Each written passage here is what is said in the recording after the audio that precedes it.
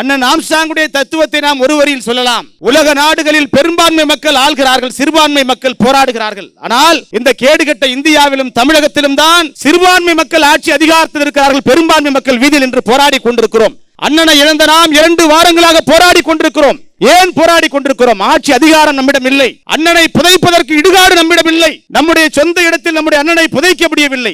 ஏனென்று கேட்டால் ஆட்சி அதிகாரம் நம்மிடம் இல்லை. ஆக அவர் முன்வைத்து எழுப்பிய கேள்விகள் தான் அவருக்கு அஞ்சலி செலுத்துவதற்கு ஏதுவான கேள்விகள். அவர் இங்கே நிலம் ஏன் எங்களிடம் இல்லை என்று கேள்வி எழுப்பினார். அதிகாரம் ஏன் இல்லை என்று கேள்வி எழுப்பினார். எங்களுக்கு ஒதுக்கப்பட்ட நிதி ஏன் சேரிக்கு வந்து சேரவில்லை என்று, வேலை வாய்ப்பு ஏன் அது சமுதாயத்தில் தரவில்லை என்று கேள்வி எழுப்பினார். ஆக இந்த கேள்விகளை தொடர்ந்து எழுப்புவதுதான் அவருக்கு அஞ்சலியாக இருக்கும். ஆக அடித்தட்டு மக்கள், அதிகாரத்திலிருந்து விலக்கப்பட்ட மக்கள், நிரந்தர ஆட்சியாளர் இருக்கக்கூடிய அதிகாரத்தில் இருக்கக்கூடியவர்கள் அதிகார கீழிறக்கம் செய்து ஆட்சி அதிகாரத்தில் அமர்த்துவதுதான் அண்ணன் ஆம்ஸ்ட்ராங்கிற்கு நாம் செலுத்தக்கூடிய அஞ்சலியாக இருக்கும்.